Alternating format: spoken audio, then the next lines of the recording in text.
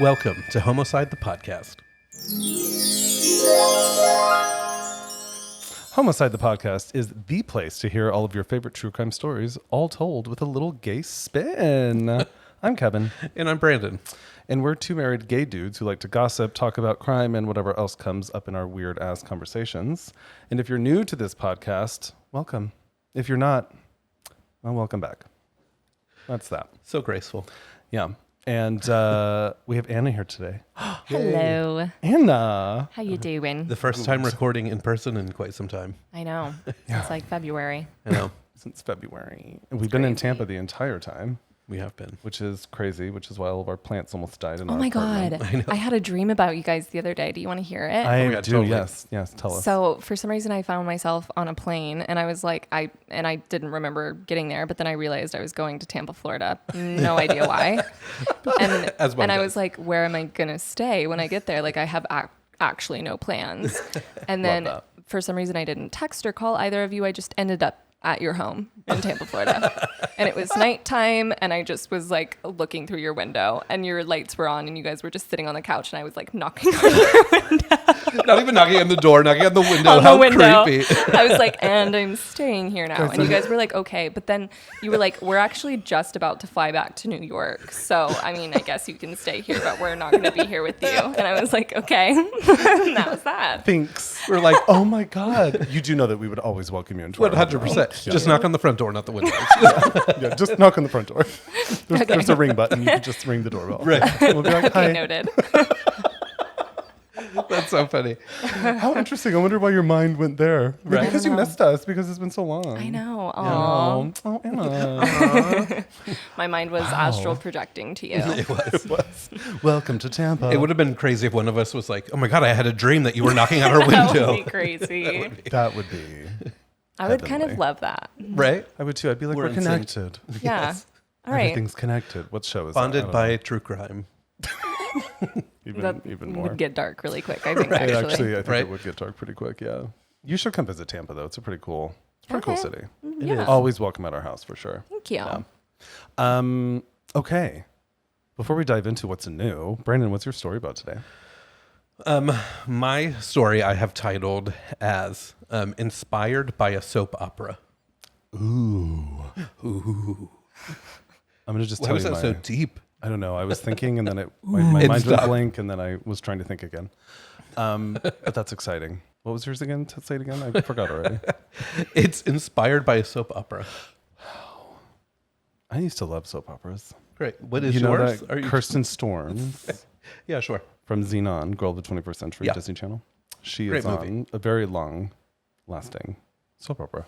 Is she really? Yeah, I don't know what it's called though. So that's my story. Cool Okay. story. Well, my So the- grateful for that. Yeah. The title of my episode today is "Evil Born Mary Needed Jesus." Oh, Yeah, I know. doesn't everybody need Jesus? No. But we also didn't say, we do this really great thing where we talk about the title or the theme of our actual stories, but we don't actually say what the episode, The is episode about. title? Yeah. We need to add that in somewhere still. Well, today's episode. We're trying to get on top of this. Yes. Today's is episode 20. It is. How do you say 20 in Spanish again? Uno, dos, tres, Veinte. cuatro, I was gonna 20, say yeah. 20. And it's titled "Are You Kidding Me?" But Which about is child about murderers. Yes, Again. kids who've murdered, which is terrifying. And this is the second one because we've already done one. We Yeah. did one last year, but We did. they're so terrifying. We had to do more. And actually, one of my friends was like, "My mom heard that episode and she stopped listening." And I was like, Oh, no. Really? "Yeah, Hillary's mom Well, children who kill are terrifying. Actually, no. It wasn't the children who killed. It was Albert, the Albert Fish episode. Oh, yeah. That one was, That was fucked rough. up. That was a No. rough one. And I remember writing it and being like, "I hate him, and I hate this adventure that we're on." Yeah. But then I don't. Right. And then we kept going, and now we're on episode 20. Yeah, now we're on episode 20, which is exciting. So, for all of you who follow us and have reviewed us and rated us, thank you. Yeah, and if you haven't yet, make sure to go to our any channel, but mostly Yeah, Apple if you or haven't Spotify. yet, shame on you. Right. Rate and subscribe. Give us a review. Yes, please. All right, well, what's new with both of you? Anna, you go first. What's new? Well, I launched a podcast of my Yay. own. Let's do a plug. What is it? Tell us everything. It's called Wild Geese. It's not about birds. First and foremost, it is not about birds. Oh, I love that. It's a podcast for creatives to come together and celebrate all that they're doing and be hot and sexy. So yeah, I'm interviewing guests, and once a month I go solo. And I love it. talk about art, aka I love that. fart. Fart. Some fart and art and yep. Yeah, so I go love stream that. Wild Geese Wild geese. after and only after you listen to this entire episode. This is a threat. And then you rate and And review. both of 5 them. stars. Thank you. Yes. I'm really excited for you, and what a perfect person to host that with your creative background. Right. So Thank I'm you. excited for you. Love it. Okay, what else is new, Brandon? Well, the only thing I can think of is the stupid Invisalign that we're on that I can literally hear in the microphone. Yeah. That's great. So if you hear my lisp, my new acquired lisp, as if I'm not gay enough. Yeah, these so Brandon and I, like most things in our life, do things at the exact same time. I don't like Yeah, why. I don't know. We That's why both people think are we're twins. Probably. We're both on Invisalign, so I think that I'm maybe You using. don't sound as bad as I do right now. No. At first, that one did. Yeah. There, the lisp I could hear. They're right there. At first, when we put them in, I was like, "Oh my god!" But then I learned how to like maneuver my tongue, which sounds really weird. But So how long do you guys have to keep them on? a year. Oh my god. I know. Which, And although it's supposed to do the same thing that braces are supposed to do, or is it Essentially, different? I don't Okay. know. I walked into the dentist to get our cleaning. Yeah. And I was like, listen, I want to fix my front teeth because I smile sometimes and it looks like I have one tooth. And they were like, okay. Maybe we'll post some pictures of it. Yeah. So people can see what you're talking about. But they, I don't know what they told you, but they didn't sell anything to me. I was like, yes, done. Sign me up. But they're expensive as fuck. Yeah. I mean, they didn't sell me. I knew I wanted to fix mine too, but Yeah. I didn't think it would be as long as they told us. When we have a friend that's like, oh, I only have to wear mine in for 70 days. And we're like, how do we get that? Which My she teeth has like aren't that perfect bad. teeth. I know. Yeah, I don't actually know how it totally works. But you can feel like, first off, when you switch your trays out, you have an intense headache that first day. Yeah. And then you can feel the pressure on your teeth always. It feels claustrophobic, which is Yeah. super weird I to say. bet. It's a little bit weird. But as I told Kevin, I was like, people are going to think we've like gone on Ozempic or something. We'll have to be like, no, it's just Invisalign because we're not eating, we're not snacking. You have to brush your teeth so many times. I'm like, I'm just not going to eat. Yeah. I'll So eat my we're- 3 meals. We're on the Snatch. I'll be done. Invisalign I'm not diet. going to snack. We've actually, because at night I'm like, no, I'm not doing that. I already brushed my teeth. Yeah. The Like, funny I'm thing not is if we valid. ended up being fatter in the end. I cannot get fatter. These boobs cannot get bigger. I feel like I would just get into a terrible habit of going ahead and doing the midnight snack and then not putting it back in. Yeah. And then it would just not work. Yeah, I mean that. The last couple I nights, don't know. we ate a little late and then did. left them out because we both hate brushing our teeth right after eating, so we'll wait a little bit. And then, like last night, I started falling asleep on the couch. I'm like, no, I have to get up right now and do my teeth, or I'm not putting them in tonight. Yeah. And we both say our teeth instead of saying the trays. We both say our teeth. So I know. Who was I around where I was like, oh, I got to take my teeth out, and they were like, it sounds like you're taking out your dentures. what? And I'm like, no, they're my. Oh my No, God. I did. When you said my teeth, I was like, oh, do you have like flippers or something? Right. Like, I do not ever. We need to take care of our teeth. This is not. Well, we are. This is a non-negotiable. I do not want to have. I just don't want to be the human later in life where I'm like, you know, and my Yeah. teeth are like out, and I'm like, like I just don't. Nothing. And you're against putting in a people, cup but next to you in bed. I can't do it. I don't know. I just don't want to do that. Yeah. No, me neither. Yeah. Well, what else is new? I got a new agent. You did. Wow. I know. That's big. In the Super Southeast excited. region, which is exciting. Already got submitted for something, and I didn't get it. But that's the name of the game. Hey, love. Right. But you were submitted, and that's a big Yeah. thing because your Yeah. last agent wasn't doing that much Well, I love for my. you. I Classic. do love my last agent. Oh no, I know you love yeah, them. We work but with them. You had not gotten an I audition haven't in gotten over anything in a like while. 2 years. Yeah, So- and I think that they focus more on commercial work, and I don't want to do as much commercial work. Yeah. Like unless it's SAG. Like I want to do theatrical. So Yeah. do it. But this last audition I did was 3 pages long for an audition. It was a lot. was Oh my God. intense. you did great though. Yeah, it was for Tyler Perry Studios. It was Yeah. awesome. But You'll get more. you know. Yeah. Yeah, but I'm excited about the new agent who is fabulous. Again, it's only in the Southeast, but they're connected to New York, so hopefully I can get one up here too at some point. But So That's if you very are an cool. agent in New York listening to the podcast, because why wouldn't you? duh. Kevin's seeking representation. Yeah, if you're walking around Central Park on your walk and you're listening to the best podcast out there, this one, hi. But also Anna's here too, and she's a Hi. fabulous actress. Right? And We have Brandon, to, no. we just went on a team build. We took our whole team to St. Augustine for an extended vacay and Ooh. like whole thing. It was really It was a lot of fun. And we did karaoke one night with everybody. And this human broke out, and I all don't of us were like, sing. what song did you sing again? I don't know. I have no Shallows idea. or something? I don't know. Oh, it might have been, I yeah. don't remember. Wait, I think it's called Shallow. I don't know if I can sing or not. And I typically don't. Like, we went to karaoke with like Yeah, you your whole were improv pretty group. quiet for And I that did one. not Yeah, sing he because was. I get uncomfortable. But there was a moment this year where I was like, I need to start just allowing myself to be comfortable doing things that make me uncomfortable. That's Nice. it. That's Because it. there's really, if somebody doesn't like it, why does that bother me so much? Especially for Fucking- karaoke. It's I just know. like, I actually think when somebody's too good at karaoke, it's like, ew, shut up. Right? Get out of here. You don't Like, let's belong just here. have fun, Right? right? So Yeah. we were in that moment.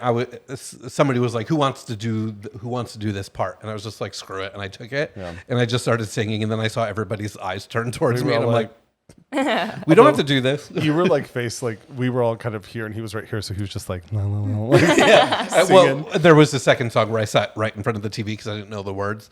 And everyone was behind me. I'm like, I could do it with everyone behind me. I don't know. It was kind of. I was like, oh my god, he was really sexy. I'm You know like, what I think is Jesus. so fun is blind karaoke, where somebody turns away from the screen and other people pick Oh, yeah. the song, and then they have to like guess what Like, song it figure is. it out. Yeah. And if And they the can't words. figure it out, they just have to sing something. I think that's so Oh my fun. god, we should do that. We should. That was fun actually when we went with improv. Yeah, it was. That was actually a really fun night.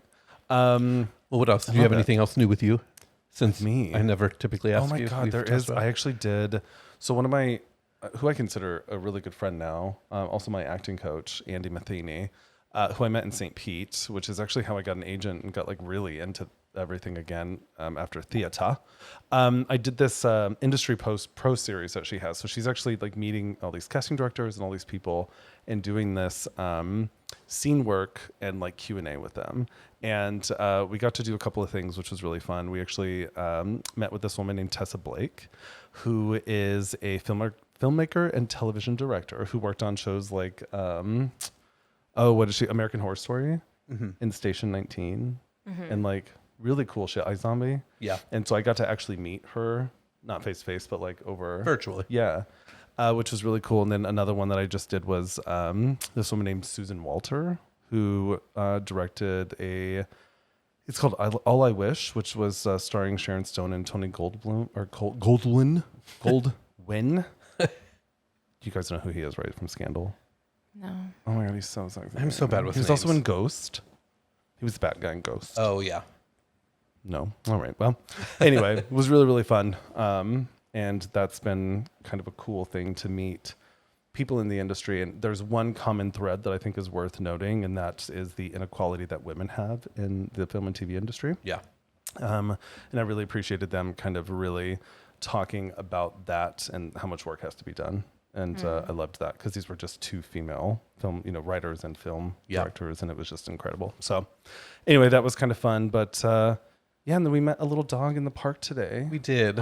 which gave me a little bit Which of we were walking and the dog just like turned to look at Kevin and just wanted to go towards him. Oh. Like, like excitedly. like a full minute before, and I was like, all right, maybe I should acknowledge the little pup here.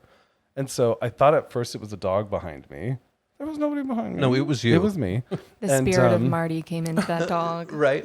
Well, so the dog's name was Whiskey, and it was adorable. And Aw. its owner's name was Jackie. We did not tell her our names. Oh, Sorry. that was weird.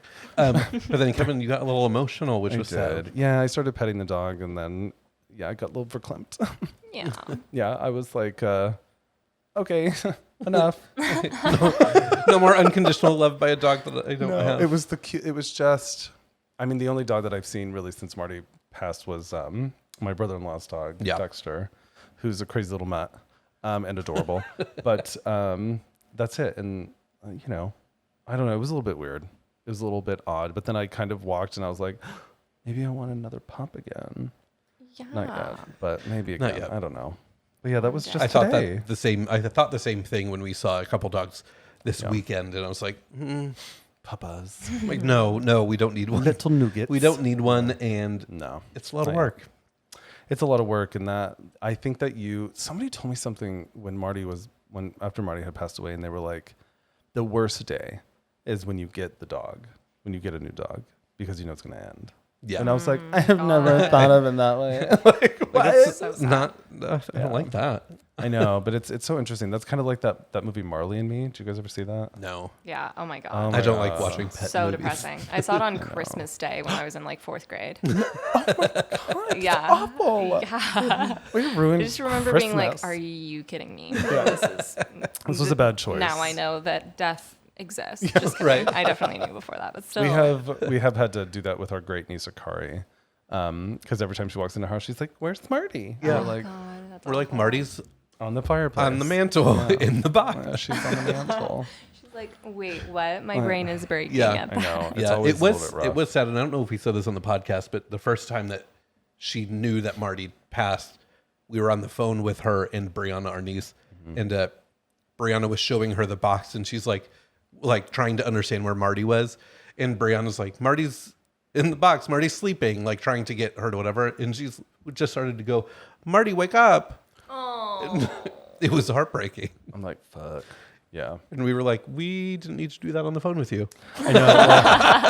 That was not great. You're like, and we're hanging up now. Goodbye.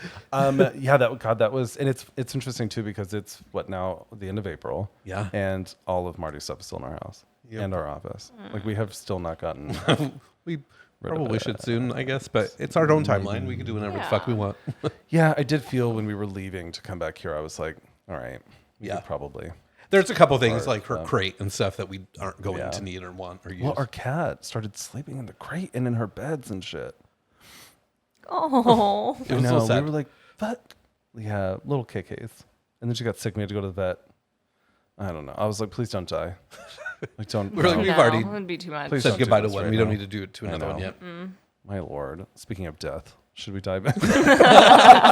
On that Speaking of note, death, let's talk about murder. On that note, creepy children who murder. Oh my god. Okay, well, I think Brandon, you went. I go first this time. You went first last time. Oh yeah, we had Hillary on last We time. did. And we're gonna have another guest on soon too, our fabulous Cuban friend Marissa, who I love, who also does hair and makeup for me often with photos. Well, not just for him, for Well, not for me. She does that as a career.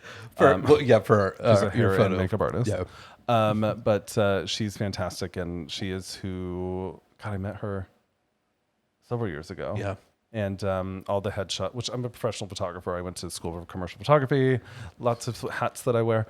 But all the headshots that I do, which I haven't really opened it up to New York. I maybe should do that. But Probably should. In Tampa, her and I created this really popular event that we don't really do anymore, but people come to us a lot. So she does hair and makeup. Yeah. And so we're going to do some cool stories related to hair and makeup. Yeah. Mine's on a hair salon murder.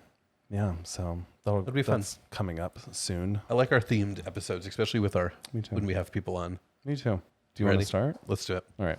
My story is titled Inspired by a Soap Opera. And so I wrote this story quite some time ago, and I don't really remember it. So it's going to be a wild ride for all of us. Hopefully I didn't type out things super oddly that I was like, oh, I'll know what I'm talking about later, and actually not know. So this should be fun. So, all right. In the early hours of Monday, April 25th, 2011, on a suburban street in the Red Hill neighborhood of Nottingham, England, a fire erupted at the Bartlam house. Wait, your story's from fucking England? It is. Oh, mine too. Is it really? Yeah. Okay, so it's just British children who kill. Yep. Checks out. Acting quickly, 14-year-old Daniel Bartlam grabbed his younger brother Dominic and their dog and rushed out of the house. When police arrived, there was no signs of 47-year-old Jacqueline Bartlam, Daniel and Dominic's mother. When the flames died down, firefighters were not surprised when they found the body of missing Jacqueline, who was quickly transferred to the medical examiner's office. Was one of them named Dominic? Dominic? Okay, so every time I hear the word or the name Dominic, I think of that fucking song that you always The sing. Christmas song? The Christmas song, Dominic Dominic the and- donkey. Yep. the Italian Christmas donkey. What? Have you not know heard this song? this? No. I didn't either. This is an East thing. Okay. So it's a Christmas song. I don't know that you can play it. Can we play it? I don't think so. But You're going to have to sing it. yeah. I'm not going to sing It goes Dominic the donkey, and the donkey goes, it goes, hee-haw, hee-haw. It goes chingity ching, hee haw, hee haw. It's Dominic the donkey. It's good. It's the Italian Christmas It's really donkey. good. It's He peak really art. sold that, by the way. I know, you're welcome. Well, and I also good. have these teeth in, so the teeth. I have my teeth in, so He does have his real teeth in because I he does do. have real teeth. He has his Invisalign in.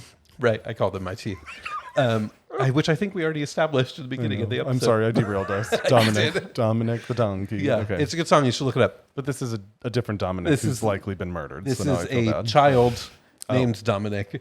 Oh, Dominic the child is the murderer? Dominic is not the murderer. Oh. Dominic's the one murdered. Maybe. No, Dominic's the brother. Hee-haw, hee-haw. Okay. I just got really confused. Anyways, back to the story. Sorry. So pretty quickly into their examination of the body, the medical examiner determined that the cause of death was not from smoke inhalation, but from blunt force trauma to her skull. Oh no! Yeah. From here, the detectives knew that this was a murder and not and a fire to cover up their traces. So they first started to talk to those in the house, starting with Daniel. Questioning Daniel, he told them a story of an intruder that came into the house and attacked his mother and set the house on fire that night. Looking to corroborate the story, they brought in Dominic for questioning his younger brother. And to their surprise, he didn't say anything about an intruder, which made them look into Daniel even more because they thought it was weird that the two stories of the brothers didn't match. Yeah. So after further questioning, Daniel got scared and eventually broke down and told the police what happened. He explained that they had an argument over a pair of trainers, sneakers. What? No, I'm just. Oh, you're just in shock because I got into a fight. I'm reacting to the story authentically. Authentically, I love it. It just caught me off guard.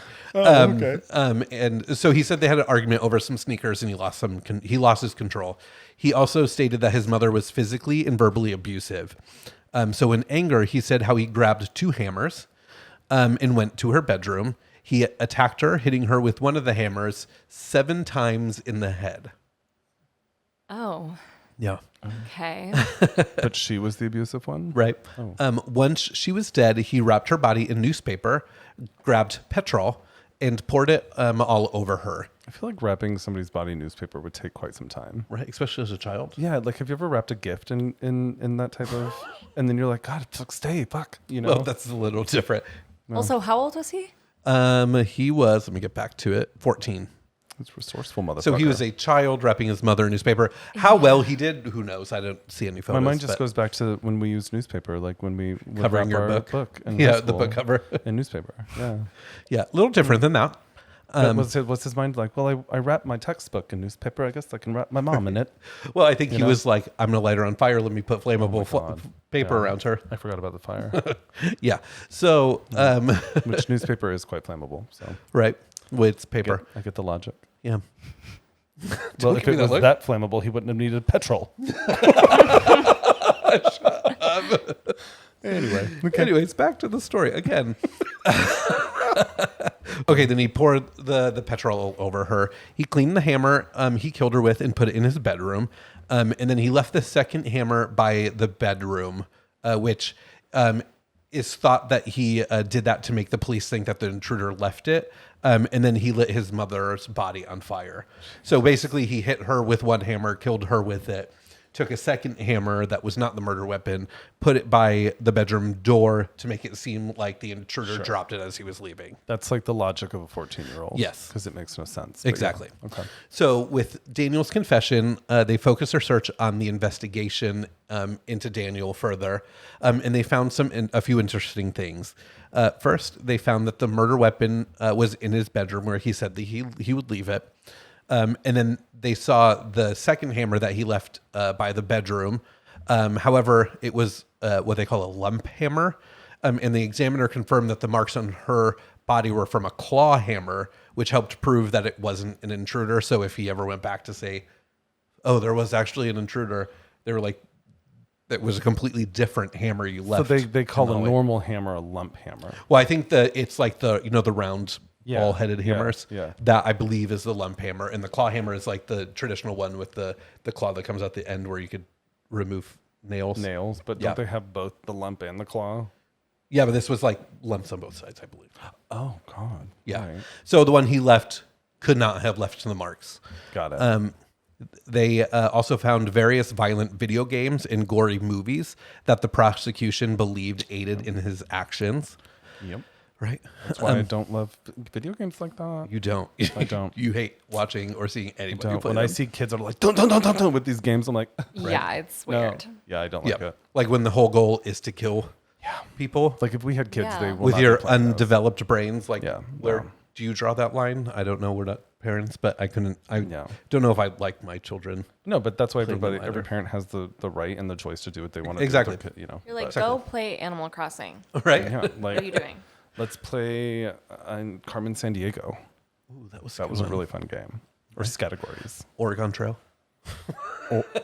Oregon Trail. I know. I don't know why I said Oregon like Trail. that. Sometimes they say things and I'm like, fuck, I know. that's not right. I could see in your face you were like, damn it. Thank you. Oregon Trail. Who else played the Oregon Trail? Anyways, not this kid. Clearly. He also had some search record history on his computer that were how to get away with murder. Like the TV show? Yeah, Oh. and people who get away with murder in shows. Right. They also found a story on his computer that he had deleted before the murder. However, the detectives were able to retrieve it. And in this story, he wrote that the main character, who had the same name as him, killed their mother, and it had a lot of similarities to what happened. It even showed the main character as a master criminal and serial rapist. Oh, Yeah. There was one quote in the story that read, "The only place he couldn't get away with his bad deeds was with his mother, Jackie. So one evening, he made it look as though there was a break-in and murdered his mother with a hammer, then set the family home alight." So he wrote that in a story before this happened, and he deleted it from his computer before this happened, but the police were able to recover I it. feel like when I was 14, my mind would have never thought of any of this. 100% not. Or like been that calculated. Yeah. It's mental illness. It's called mental illness. These are psychopaths that are born. Wow. And then the last one that I have on here is they also found clips from a British soap opera called Coronation Street of the character of John Stape. Sounds British. One clip had the storyline that Stape bludgeoned a woman with a hammer and left her body in the wreckage of a tram crash in order to cover up his crime, which he got away with, which really interested Daniel, the fact that he got away with it. Yeah. So they also looked into Daniel's life and upbringing, which led them to learn that Daniel was born on November 11th, 1996, to Jacqueline, Brian, and... I think it's just Jacqueline. I don't think it's Jacqueline. well, I think it's Jacqueline, technically. Oh, ooh, I like that. I know. So I'm reading it, getting my names Jacqueline? mixed up. Yeah. like that And name. Adrian Bartlam. He was the oldest of two children, and they had a really happy upbringing. And Jacqueline and Daniel had a great mother-son relationship as he was growing up. After a few years, Jacqueline and I have Adrian. Who the fuck is Adrian? Oh no, it is. It's. I literally just said Adrian. Who the fuck is Adrian? Right, because I'm trying to read this and remembering that I haven't read this in a very long time. Can we create a shirt that says Who the fuck is Adrian? We should. Anyways, Adrian Brandon is the father. So after a few years, Daniel's parents' relationship started to get a little rocky. In 2005, soon after their second child. Could you stop? I'm sorry. I just hear you chuckling in the background. trying not to. Okay. Okay, so in 2005, soon after they had their second child, Dominic, the two got divorced, and Jacqueline moved with the kids, and he had to switch schools. At first, Daniel seemed pretty okay with the change in their family dynamic. However, over some time, he started to change, oftentimes getting mad at Jacqueline and blaming her for the divorce and everything that was happening. According to a former partner of Jacqueline, Simon Matters, Daniel started to get reclusive in the year before the murder, and his behavior started to get a little odd. He would spend all of his time in his room alone playing video games and watching gory horror movies. No. Yeah. So Simon was quoted in saying, okay, I'm remembering this bit. This bit's kind of disgusting. Simon quoted saying that Daniel would have plastic boxes full of figures like Star Wars and Doctor Who characters, but he'd just urinate in the boxes. He'd also defecated all over the bedroom and in the boxes and hid towels and stuff he'd wiped himself with. Okay, yeah, that's not normal. No. So I don't know what happened and I'm sure I'll get more into this, but people think because of the trauma of his parents splitting up and that kind of stuff. No. I don't know. I don't know. No. I know many it has to people go pretty whose far. parents Well, have in split up the that did not do move, that. in the moving as a child, whatever. Okay, cute. No, I know. I didn't. I'm not justifying it. everywhere. I'm not justifying it. I'm No, just I'm trying just, to you know, tell the story. These are difficult moments for I me. know. So I'm like, no. You're like, I've been through shit, No. and I'm fine. I'm not killing And anyone. I wasn't pooping on figurines and peeing on things and hiding poop towels. Like Yeah, it just I wasn't. mean- So I don't know. Everyone reacts to trauma differently. And you also haven't killed anybody, so I have not. Yeah. There you So go. I guess everyone just.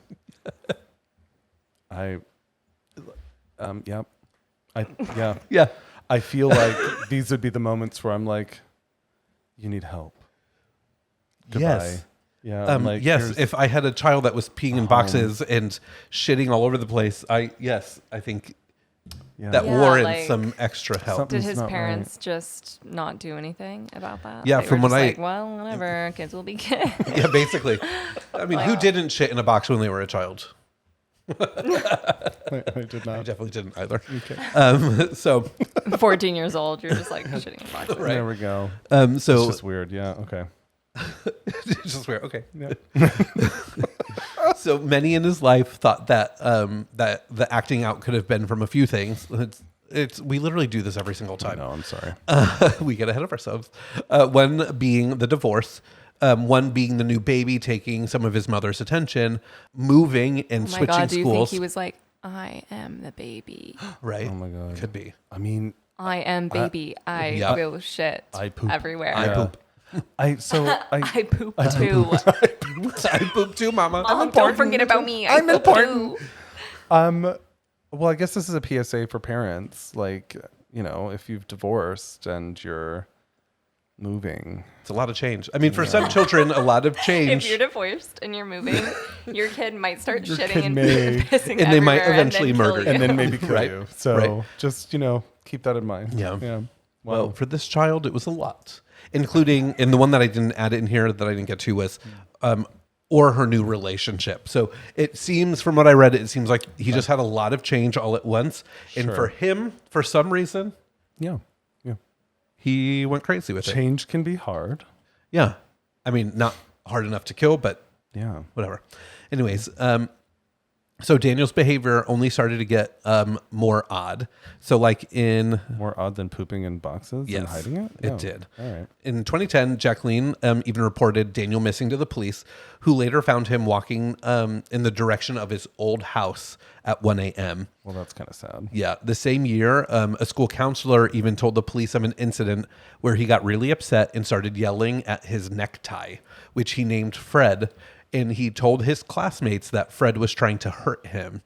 Then a few months prior to the murder, Daniel even confided in a counselor that he was hearing voices that were telling him to hurt people. So he had schizophrenia. Yeah, so there was a lot going on, and it didn't seem like anybody. But I was also doing wonder, anything. did those school counselors tell his parents? See, I didn't of see that? anything about Yeah, that. because So if that who shit knows, comes they out could have. afterwards, it's like, no, come on. Yeah. Yeah. Yeah. So at the trial, Daniel, I have this label as trial. And so obviously Daniel was arrested for the murder of his mother in February of 2012. He went to trial at the Nottingham Crown Court. The defense tried to paint the picture of a child with mental illness. However, just 6 weeks before the murder, Daniel went through a mental assessment at Thornywood Child and Adolescent Mental Health Services. And in this assessment, it stated that Daniel demonstrated no signs of mental illness, and he was seen as no risk or a threat to himself or others, proving that the theory was wrong. They also defended Daniel, stating that the murder was an accident and that he was provoked by the argument and that Daniel just lost control. The prosecution drove the fact that Daniel had planned the murder, that this was premeditated due to all of the evidence, like the story he wrote, his search history, and the videos from the Coronation Street TV show. They also painted him as a liar since he lied through the investigation, since he said that there was an intruder and the simple fact that he just lost control and it was an accident. However, again, the evidence proved that wrong. Once the jury deliberated, no one was too surprised to see the unanimous guilty verdict. When the sentencing came, the judge told Daniel, and I quote, whilst there clearly... Can you do this in a British accent? With these teeth in? Yeah. Whilst there clearly were arguments between you and your mother... No, I feel like I'm going southern a little bit. You did a little. Not untypical between mothers and their teenage children, I am quite satisfied that there were no physical or... I'm already wanting to fuck up my words, very too. robotic. I love I know. It's because I'm trying to read. And there was no physical... AI British accent.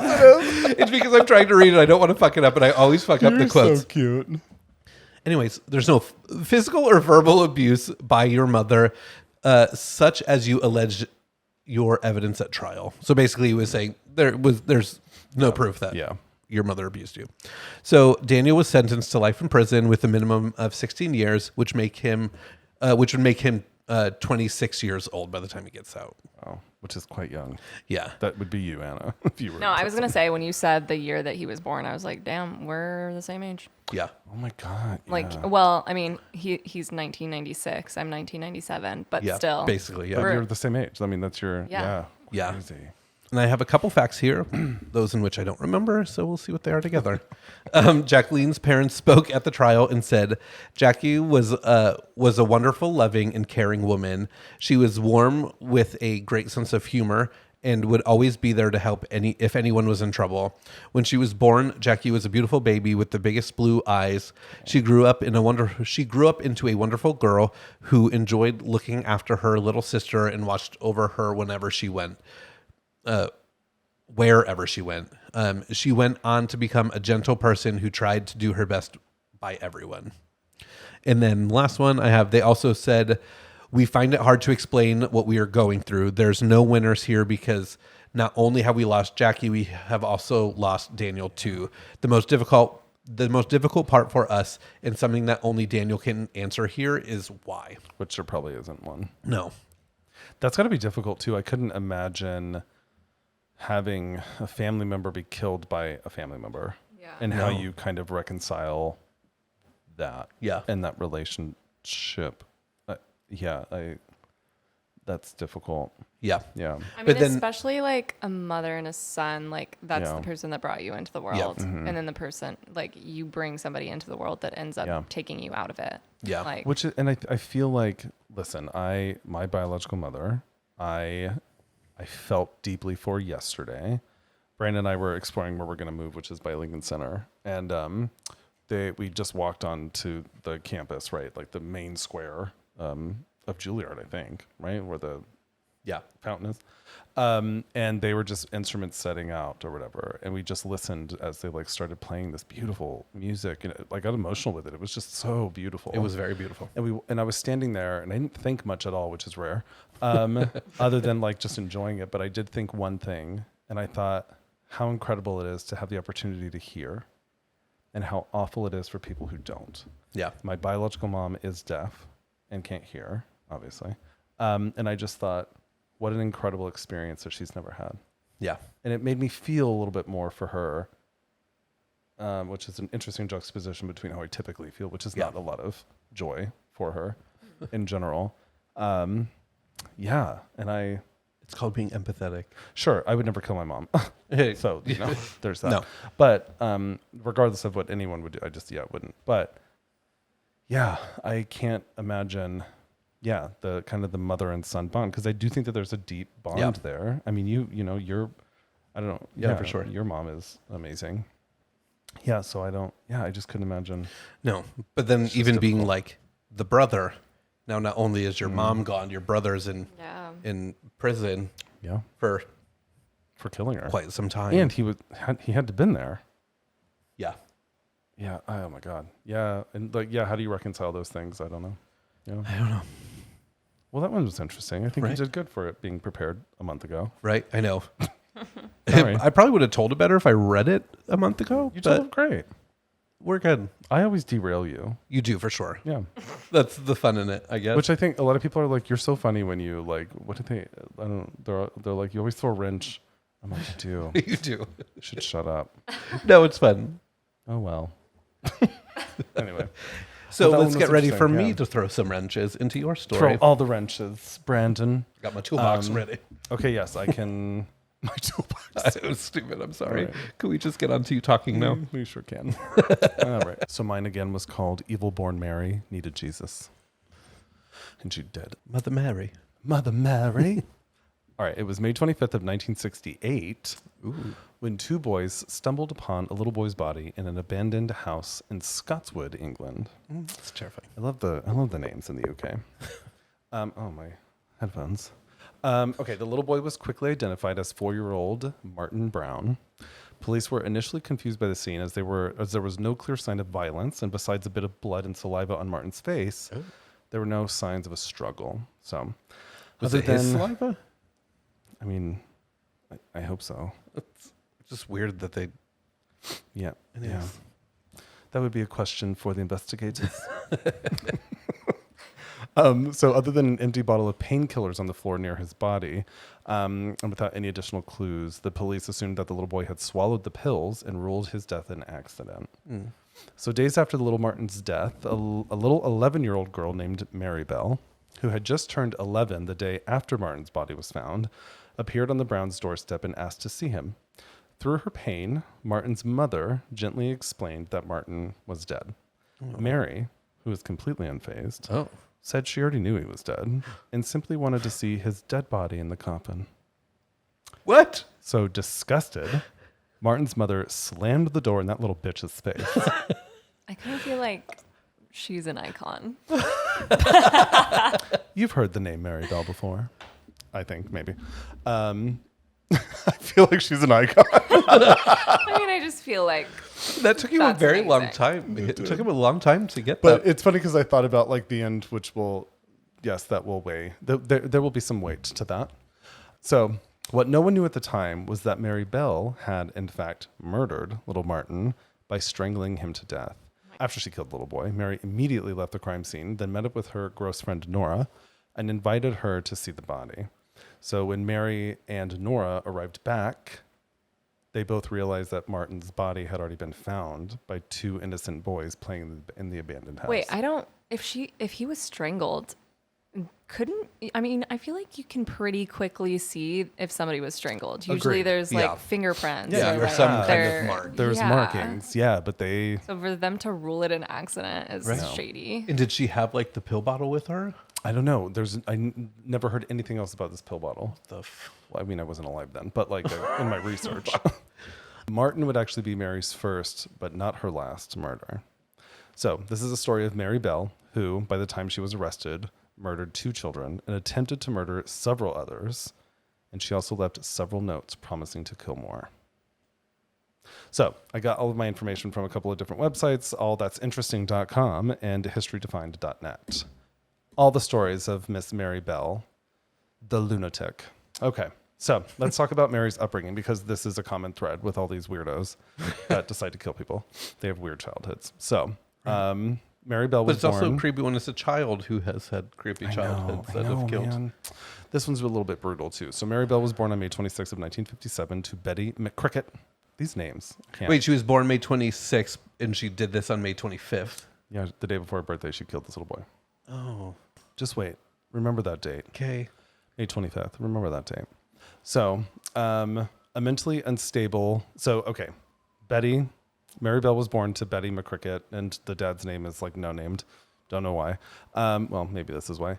But her mother was a mentally unstable 16-year-old sex worker. Well, that's why. Yep. Upon seeing her when she was giving birth, apparently told the doctors who were the doctor apparently told the doctors who delivered her to take that thing away from me. Oh, so he's a cool guy. Well, that was the mom who said that was the mom. I thought that was the dad. No, the dad was, I don't know who the dad so is. she's great too. Yeah. So the little baby, Mary, went home with her mom anyway. Throughout her childhood, she was subjected to mental, sexual, and physical abuse by her mom. And there are actually multiple allegations that her mother attempted to end Mary's life on multiple occasions. So these attempts were disguised as accidents. And this trauma started when Mary was just 5 years old. Sorry, you're making me feel bad for Mary. I know. Don't, though. So Mary's aunt... I feel like she's great. I'm like, she should have... I mean, she should have killed her mother. Maybe. I'm just picturing like the little shining twins, but just one of them. Just one of them. Yeah. Oh my God. Like a dirty so dress creepy. on. Just standing with long hair staring. She was actually... There's pictures of her. We can share them on our Instagram. She was actually kind of pretty. Which is really sad. But anyway, so her aunt, her mom's sister, actually witnessed Mary's mother trying to give her away to a woman who had been unsuccessfully trying to adopt. And her aunt recovered Mary herself when she was kind of given away. So Mary was also strangely accident prone, which goes back into like this abuse. She once fell from a window and she accidentally overdosed on sleeping pills on another occasion, which was actually her mom. This is...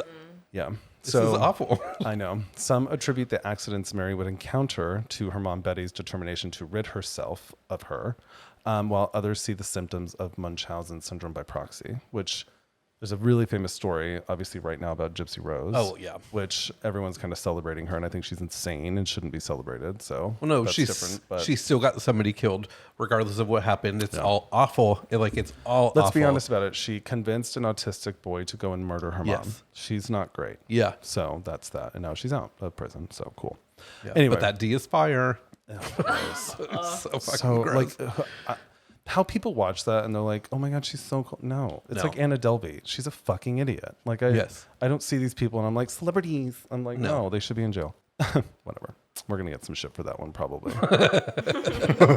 This will be the episode that blows up and goes viral. Post that one to TikTok. Gypsy Rose, gross. Anna Delvey, cool accent, but you're also gross. Cool accent. Okay, cool. Betty longed for the attention, which Betty was Mary's mom, longed for the attention and sympathy of her daughter's accidents. And so that kind of brought her this attention that she really loved. So that's why they're like Munchausen. Yeah. So according to later accounts given by Mary Bell herself, her mother began to use her for sex work when she was just 5 years old, which is awful. So it remains uncorroborated by family members in general, but they did know, however, that Mary's young life had already been marked by loss. So she actually had seen her 5-year-old friend run over and killed by a bus. Oh my gosh.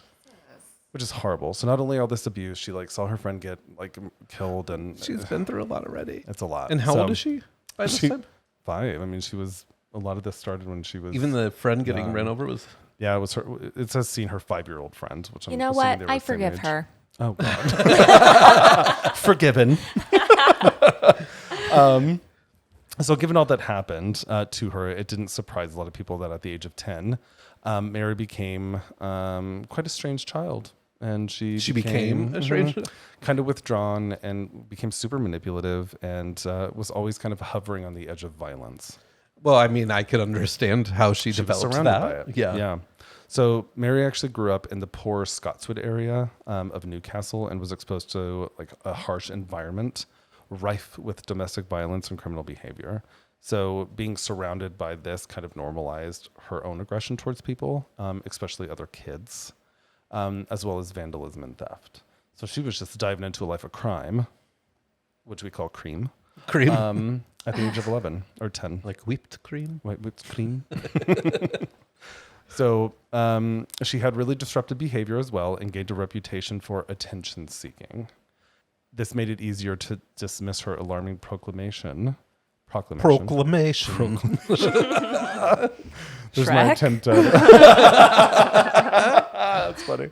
It made her proclamation. People easier to dismiss. Yes, her proclamation of "I'm a murderer," as just like another one of her okay. Like she said she was a murderer? Mm-hmm. Oh, just wait.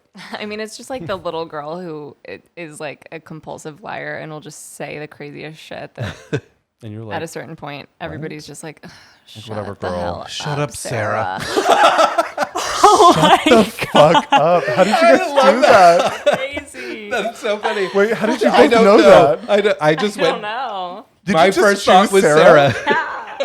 Shut the fuck up. That's really funny. That needs Sorry to be to something. any Sarahs out Right? there. No, I Right? know some really fucked up Sarah, and she's a stupid hoe. I So agree. That's there it probably is. why I That's said probably her why name. you said Sarah. That's really funny. Everybody has a Sarah. Everyone has a Sarah. They really do. They really do.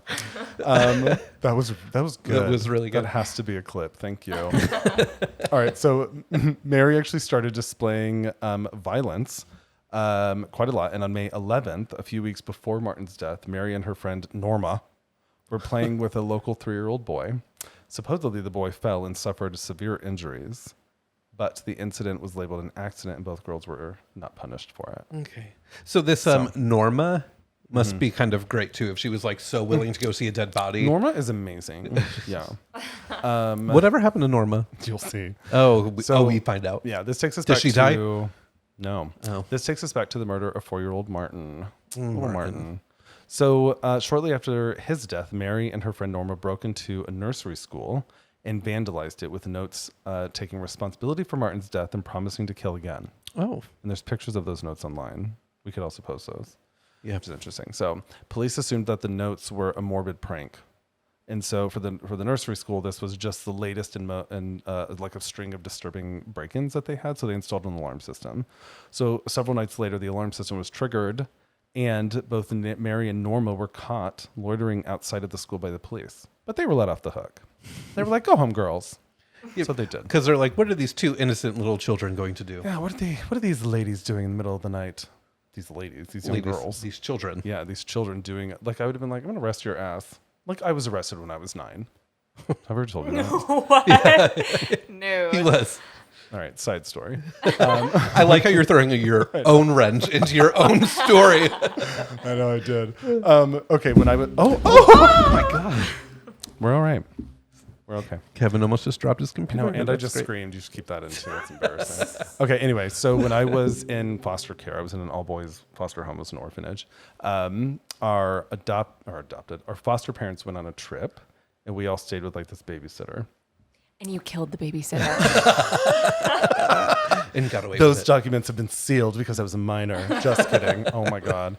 No, but my foster brothers and I, we used to like sneak out and smoke oregano because we thought it was like weed. Oh my God. My Lord. Oregano. So, I know. Little 9-year-old Kevin. Giving with yourselves massive headaches for no reason. I don't remember. I just remember them being like, whoa, stupid. This feels so great. So we all decided to kind of like run away and go to King Soopers, which is like Kroger, basically in Colorado, to steal stuff. And I was kind of like bold. So I think the first night I stole sunglasses. And then back then they used to have cigarettes out of cases. So when I started stealing cigarettes, well, on the 5th night, they knew what we were doing. And so, yeah. They're like, these little motherfuckers are stealing shit, bro. And it was far. The King Soopers that we went to was far. And it was in Morrison, Colorado, and we would like go anyway. Yeah, I got arrested that night by a cop. We all did, and we were all. Luckily, we were just taken back to our foster home, and we got in a lot of trouble. But did you smoke them? No, I was gonna say I didn't think you did. Why did you steal I don't cigarettes remember. out of anything? Well, To feel cool. yes, and the age range of the kids that were there, like there was somebody that was 4, and then we had all the way to like 17. And you were what, like It was 9. 9? Yeah, and I had just Gotten sent back.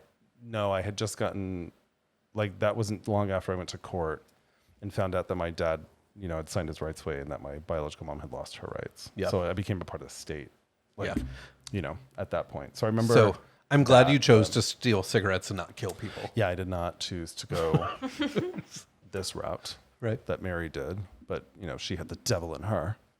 I had Jesus on my side. Just kidding.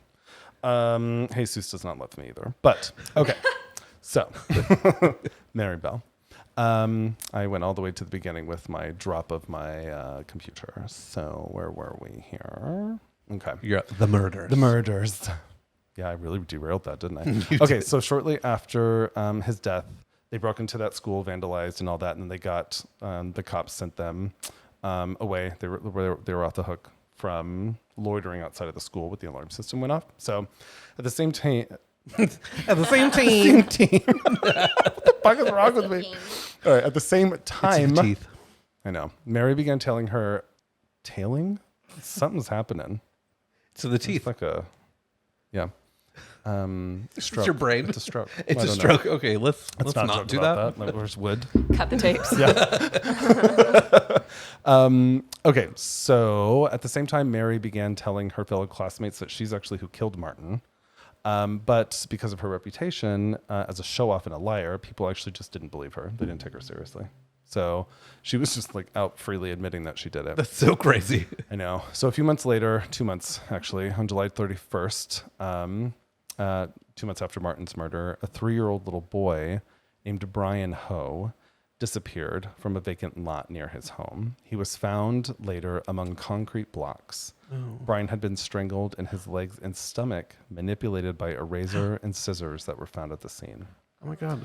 Why is this like even younger children? I don't know. So Brian also had an M carved in his stomach, which seemed. Jesus. Kevin, you were doing great today. Seemed, to have first been carved as an N before being turned into an M. Oh. And remember the names of these people, Mary and Norma. Oh, fucking Norma. So this combined with Mary the lack, taking it the blame. No. I mean, they both sound like great with ladies. This combined with the lack of force that was actually used to kill this Brian is why the police started thinking, okay, this might be kids that are killing other kids. So what a terrifying thing to probably have to process. Think being about. like, wait, are we dealing with a child? Are we dealing with a child killer? That's killed this like other imagine child. being in the room when you're just like, this can't be it. And Martin's, I mean, that was still open. They were like, well, they were like this. I think this is an accident, but there was other stuff that's like, kind of thing. So anyway, Mary had actually, struck again. But this time she actually had the help of her friend Norma. And although Brian died by strangulation, Mary actually went further. So she's the one who manipulated his body with scissors, scratching his thighs and actually butchering his penis. Yeah. Oh my God. Wow. So when Brian's sister, this is horrible, went looking for him, Mary and Norma offered to help. So they all searched the neighborhood, which led to Mary pointing out the concrete blocks that actually hid his body. But Norma was like, oh, he's not there. So they all moved on. So like she was pointing there to go there, and they're like, oh no. Yeah. So fucked up. Brian's body was found, obviously. And the neighborhood actually panicked in general because now they had 2 little boys that were dead. And the police were like, okay, this looks like maybe other kids. So they started interviewing local children, hoping that somebody had seen something that would lead to a suspect. So let's talk about the arrest. So Mary and Norma were interviewed, and both did a very poor job of disguising their interest in the investigation in their interviews with the police. So they were like really excited and wanted to know a lot and participate. So Norma was quite excited, and then Mary became evasive, especially when the police pointed out that she had been seen with Brian on the day of his death. So Mary and Norma also started to have contradicting accounts of their whereabouts during the time of the murder. So they had that first interview. Brian's funeral and burial happens. Mary was spotted lurking outside of his house, and she even laughed and rubbed her hands together when she saw his coffin. Oh Ew. my God. So this behavior actually caused the police to bring her back in. So they called her back for that second interview, and Mary, perhaps sensing that the investigators were closing in, made up a story about having seen an 8-year-old boy hit Brian on the day he died. And the boy, she said, had been carrying a pair of broken scissors. Well, that's where she made a mistake, because the mutilation of his little body with scissors had been kept from the press and the public. It was not So known. nobody would have known about it. So it was a detail known only to investigators and one of the person who murdered Brian. So both Norma and Mary broke down upon further questioning. And Norma actually began cooperating with the police and implicated Mary, who herself admitted to being present during Brian's murder, but tried to place the blame on Norma. So both girls were charged and a trial date was set. So, trial. These were actually highly publicized crimes because of the disturbing details. And Mary's age made this actually one of the most infamous cases in England's history. So it left many people wondering what could lead a child to commit such cruel and heinous acts. So Yeah. At the trial, I agree with that. I know. Yeah. So at the trial, the prosecutor. What the? Fuck? You're almost through it. You're at the trial. At the trial, the prosecutor told the court that Mary's reason for committing the murders was solely for the pleasure and excitement of killing. Meanwhile, the British press referred to the child murderer as evil born. Well, is she evil born or was she Evil created. created? Because I feel like creation kind of. Yeah. I don't know. It's like Scenario. nature versus nurture. Yeah. Right? I don't know. So the jury agreed that Mary had committed the murders and handed down a guilty verdict that December, that same year. So manslaughter, not murder, was the conviction, as court psychiatrists had convinced the jury that Mary showed classic symptoms of Psychopathy. Thank you. It's oh my God. Psychopathy. Thank you so Psychopathy. much, Anna, for the win. So because of that, she could not be held fully responsible for her actions, which I think is just bullshit, but that's that. Yeah. I mean, I feel like anybody would. I feel like a good number of people would look at a child who doing that and think that there was some kind of mental issue for them to do that. Sure. Yeah. Especially at 11 Especially years so old. gruesome with cutting into people's skin and Yeah, no, I agree. So Norma was actually regarded, here's your question answered. Norma was regarded as an unwilling accomplice who had fallen under a bad influence. No. She was acquitted. no, she sounded like she was like you. real Sounds like into she was it. very. She was like, willing, yes, yeah. let's go see that body. Yeah. Like, little bitch. Okay, so the judge concluded that Mary was a dangerous person and a serious threat to other children, clearly. So she was sentenced and imprisoned at Her Majesty's pleasure, which is, by the way, a British legal term that denotes an indeterminate sentence. Oh, that's So, interesting. as a consequence, Mary was eventually sentenced to indefinite imprisonment. She began her detention at the Red Bank Secure Unit in St. Helens, Lancashire. So, what's interesting about this is that the media loved this story, and the public like ate this shit up. So, the British press fervently pursued her narrative, and even her mother Betty shamelessly capitalized on the tragedy. Of course she did. She sold stories to the press and Awful. provided reporters with writings that she claimed were Mary's and more. That's fucked up. Gross. Because you are partially the reason she Fucking Betty. is in this place. I know. Yeah. So Mary managed to make headlines again in September 1977 when she briefly escaped from prison. That But she happens was a caught. lot in our stories. I know. But she Yeah, was caught like just a few years concerning. later. This is why when you're driving down the road, don't pick people up. Right? No. You No, know, I these don't motherfuckers- ever want to. I'm sorry, I'm not going to pick you up if you're hitchhiking. No, I know. Even remember, I was listening to one of our old episodes with the New Mexico one with Yeah. the girl, and I was like, "No, I'm gonna leave you, and I'm gonna drive down the road." And I was like, "Wow, that sounded really bad," but then I was like, "But that was safety." No, but Yeah. seriously, Yeah. especially if they're like covered in blood. Like Yeah. in that one, if I'm remembering correctly, Yeah. she was Yeah. like naked She had, and like, a bloody. Like, chain. Yeah. sorry, fuck no. Yeah. Like I'm gonna No. help you, but from my own safety. I will drive gonna down the road call and call the 911. police. Yeah, I'm and not I'll like touching you. hang out to make sure nobody comes and steals you. But yeah. Okay, so let's talk about where she is now. And you guys are not going to believe this because remember it was manslaughter. So after 12 years, Mary was released from prison. She was 23. 12 years Yeah. Oh my god. So she embarked on a for new killing life. 2 children? Yeah.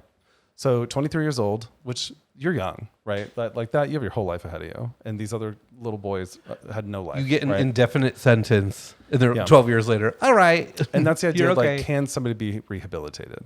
I don't know. I So- don't know. I don't care to find out for myself. I know. But I feel like there's a severity of crime, right? Yeah. And this is a pretty severe crime. Yeah. So 23, and she embarked on a new life, totally anonymous, new identity. And on May 25th of 1984, she gave birth to a daughter. Ugh. Which, remember that date? Like It's the exact same day where she killed Martin. Oh my god. that's No. really fucking creepy. So what's interesting is that reporters eventually found her and unveiled her whereabouts. And the duo mom and daughter had to like move and leave and flee. So what's interesting is that on May 21st, my birthday, of 2003, a significant legal victory, Mary secured a lifelong, I'm not going to say this. Anonymity. Thank you. You're welcome. This is the first time I've ever. I actually wanted to say anonymity. I wish you did say it. I should have allowed you to say it first. I know the word. Anyway, that for lifelong, for her and her daughter by a ruling of the High Court. So the court ruling protected the identities of her and her daughter. And then created this entire ruling. Like witness protection I feel program, like except that's so you're the unfair. person that murdered somebody. Listen, they actually created this. It's to protect the identities of certain convicts who are released from prison. No. And it is unofficially referred to as Mary Bell orders. No, I'm sorry. That should not be a thing. So I think anybody should be able to have the understanding if I'm somebody really, in their life has murdered somebody or not. I'm really curious, like what she did to prove that she Right? was like mentally like sane enough rehabilitated. for all of this. I don't know because so some don't feel that she deserves this protection, obviously. So June Richardson, which is actually the mother of Martin, told the media that it's all about her and how she has to be protected. As victims, we are not given the same rights as killers. Not in this case. Which I'm like, Jesus. So in 2009, she became a grandma. Oh, good for So her. she got to experience this whole life. And these other two children Yeah.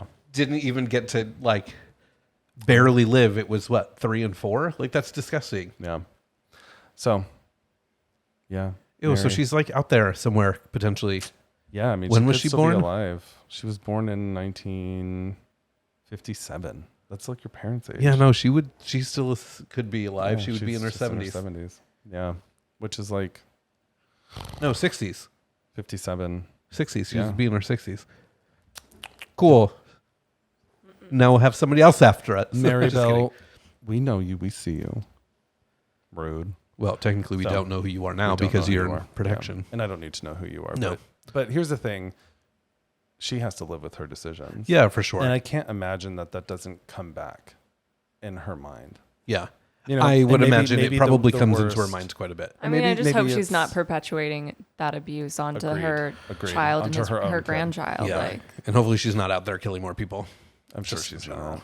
I mean, like, I'm sure she's not. But what's interesting though is that I sometimes I think that the worst punishment is your own mind.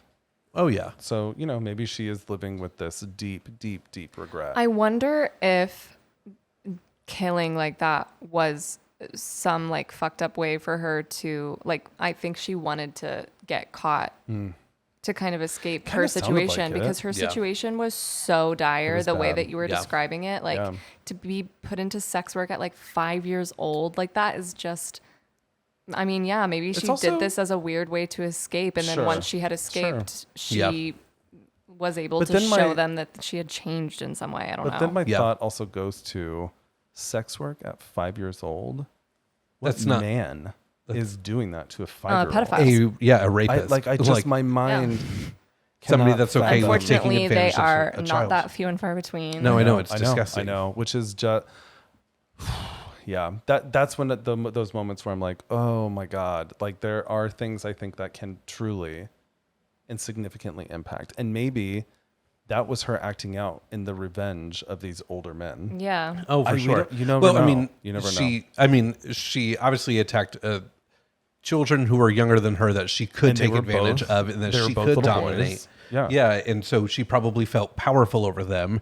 And it probably had nothing to do with who they were, just the fact that they were there. Yeah. And she felt like she could. And I know. doesn't make it any better that she did it. It's awful. She's still an asshole. She still killed people. Yeah. But like, it's hard to not have a little bit of sympathy for what she went through because who knows if none of this happened, she could just be a normal grandma that we wouldn't even be talking about right now. Well, it's interesting too because I think people can be predispositioned to have the strength to maybe get through those moments. Yeah. And then some don't. And so the way that this is how they deal with that trauma. Yeah. I don't know. What I've heard is it's like a mix of nature and nurture. Yeah. It's like some people like there are psychopaths or whatever that if they didn't have childhood trauma, it doesn't trigger and they just become like They're a just highly successful, normal smart person. people. Yeah. Or they murder. So that's that. Episode 20. Yeah, there you go. No. They all worked. They were all appropriate. Holy shit, that was good.